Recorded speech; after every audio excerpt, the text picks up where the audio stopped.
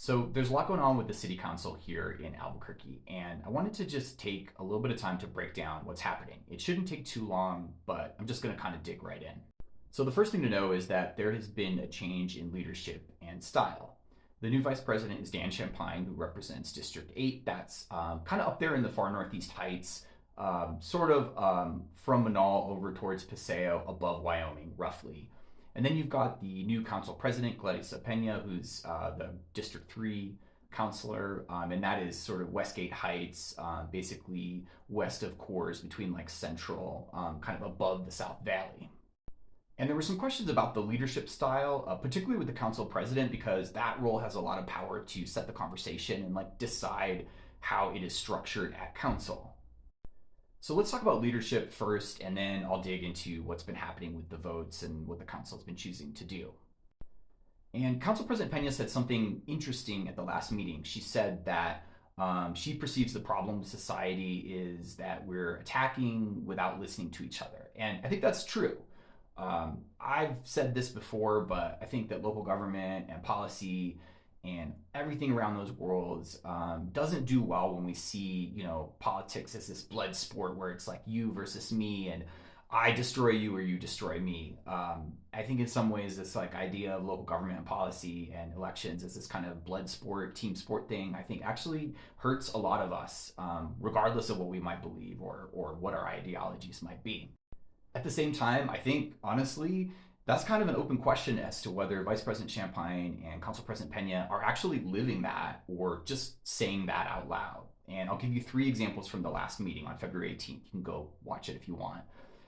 The first example is that during general public comment, an individual got up and he used, during public comment, a slur against our Black and African American communities.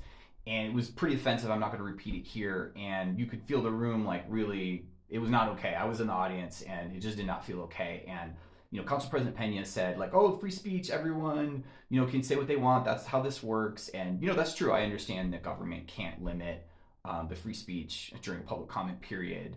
But honestly, Vice President Champine and Council President Peña, literally neither of them said like, at the same time, I also want to emphasize like we respect our peoples, our communities. This is not okay. I'm not okay with that, right? They didn't have to literally cut off the speech of the person in order to show some leadership in that moment.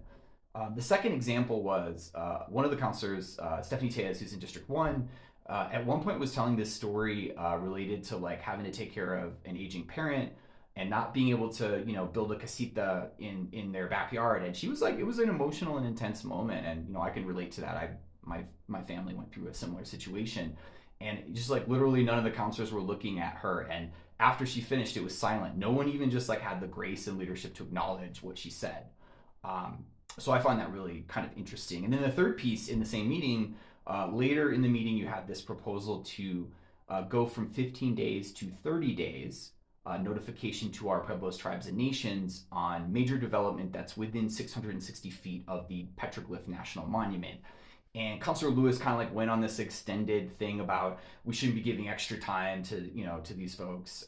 They should just use the process. And I'm not going to get into the kind of nuts and bolts details. But at one point, Councilor Rogers, who's my councilor in District 6, got a bit upset, was just kind of correcting the record a little. And, talking about like what's, hey, I didn't come here to this land. Our Indigenous folks or the First Nations folks have been here. And, kind of, I don't know what your background is, Councilor Lewis. And the president actually, like hit the gavel and was like, you're out of order. And so, I mean, to me, some pretty like interesting questions about whether Vice President Champine and Council President Peña are even up to the job, honestly, because to me, those are all like easy leadership moments if you're paying attention and you truly care and you're showing up, and you are paying attention, right? As Council President Peña said at one point, like that's part of the job. So let's talk about the votes. A few big things have happened since the beginning of the year. The first one was that Champine and Peña led a 5-4 no vote on the renter protections bill. This basically would have blocked junk fees. That's things like, application fees that are sky high for an apartment or a home, or double charging things, or, potentially allowing people to apply and pay an application fee when you knew you had already rented the apartment or house. Really common sense stuff that would have actually just reduced costs for a lot of our hardworking families. And so they blocked that 5-4. And in the next meeting, Councilor, President Peña cut public comment in half. Again, that is something that the council president can legally do, but cut public comment time from 2 minutes to 1 minute, which I think frustrated a lot of people because, especially if you take time out of your day to come to a meeting, you want to give some input, and suddenly you have to, reduce what you were going to say by 50%. That's hard to do at times. And also, like, 1 minute is not very much time to give some public input. So I think that frustrated people. And I would say public input is sort of the heart of what makes our city, right? These folks work for us. They may not feel like they work for us, but they do work for us. This is our taxpayer resources and money. And then in the most recent meeting, again, that 5-4 block led by Champine and Peña, they stopped a whole bunch of kind of quick or simple updates to the zoning code, which basically would have just made it easier for, families and small builders to do things like put a casita in, or convert a house to a duplex where there's a front and a back, or turn like a bigger unit into a townhome. All things that are not particularly, they're not that big a deal. They can be done. And so there were some concerns from folks about like what would that mean for different neighborhoods, but overall pretty simple zoning changes. And then they were also trying to just make it easier to create safe outdoor spaces for our unhoused neighbors who like maybe aren't ready to be in a shelter but want to make that kind of transition, right? And so they blocked all three of those big kind of pieces on that 5-4 vote. And I think it was really frustrating, especially because there was months of public input, and then the Environmental Planning Commission, the EPC, had experts. Each council district has one that is appointed by the councilor, and they provide recommendations and advice. And so the councilors just kind of overruled that, those five that were led by Peña and Champine. There was a little bit of good news. They did approve like the ability to do dorm style housing where you might have like a bunch of rooms and then a shared bathroom or shared shower facility. And then they also allowed the lot size for starter homes to be smaller. So those are two good things that could help that happened.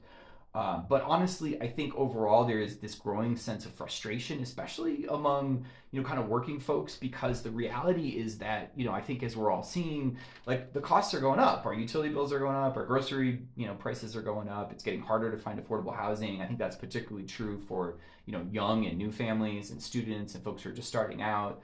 And corporations are, making extreme profits on the daily while like we can't even have a living wage. And so I think there's a sense that, we want the council to be responsive to taking care of our needs as taxpayers, as citizens, as residents. And so that's kind of the way it looks like it's going. I don't know what's going to happen next. And I just want to be clear that I think there is an opportunity for Champine and Peña to, make some changes and show some real leadership. But, so far we just have not really seen that.